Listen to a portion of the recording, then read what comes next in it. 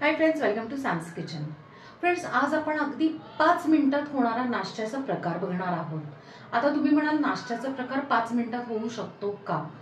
तर हो, आजची जी रेसिपी पाहिली ना तर नक्कीच तुम्हाला विश्वास बसेल की हो 5 मिनिटात होतो। तर आज आपण आहे ना करणार आहोत नाश्त्याचा प्रकार, ते पण आहे ना चुरमुऱ्यांपासून करणार आहोत।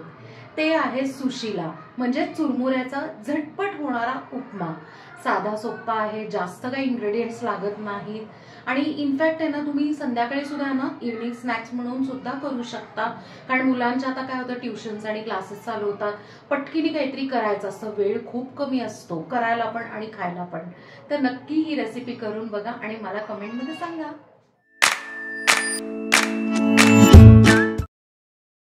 सुशिला करण्यासाठी ना मी इथे काय केलंय, एका चाळणीमध्ये मी आतपाव चुरमुरे घेतले, जे आपण भेळेला वापरतो ना ते। आणि खाली इकडे आहे ना मी एक भांडं घेतलेलं आहे किंवा एक मोठा बाउल घ्यायचा। आणि आता काय करायचंय की तांब्याभर पाणी घ्यायचं आणि ह्याच्यावरनं पाणी फक्त आपण असं घालून घेऊयात, म्हणजे भिजतात पण चुरमुरे।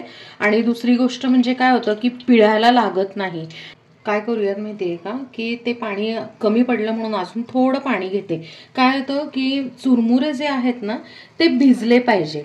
आता काय करूयात, 2 मिनिटं आपण हे असंच बाजूला ठेवूया। आपले चुरमुरे भिजतायत, तेवढ्या 2 मिनिटातच आपण आहे ना कांदा चिरून घेऊयात। इकडे ना मी काय केलंय, एक मोठा कांदा घेतलेला आहे, तो असं छान बारीक चिरून घेऊया।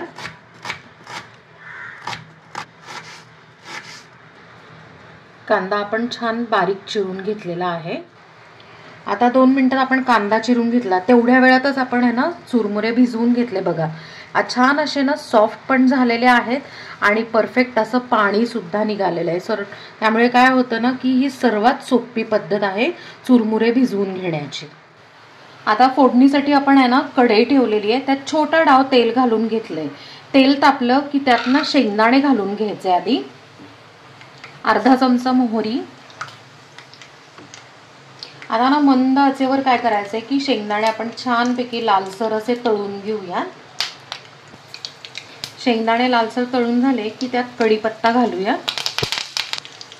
त्यात पाव चमचा हिंग, अर्धा चमचा हळद, बारीक चिरलेला कांदा। कांदा छान आपण आता परतून घेऊया, हलका गुलाबी करायचा, पूर्ण आता लालसर वगैरे करायची गरज नाहीये। म्हणजे काय होतं, आपलं जे सुशिला जे आहे ते नंतर पण आहे ना एकदम छान सॉफ्ट राहतं। कांदा आहे ना छान आपण परतून घेतलेला आहे। आता त्यात ना भिजवून घेतलेले चुरमुरे घालून घेऊया।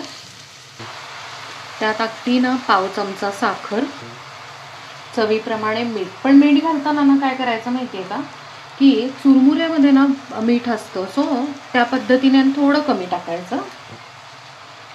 चवीप्रमाणे लाल मिरची पावडर, थोडीशी कोथिंबीर। आता थोडंसं आपण लिंबू पिळून घेऊया त्याच्यात। आता छान पैकी ना मिक्स करून घेऊया।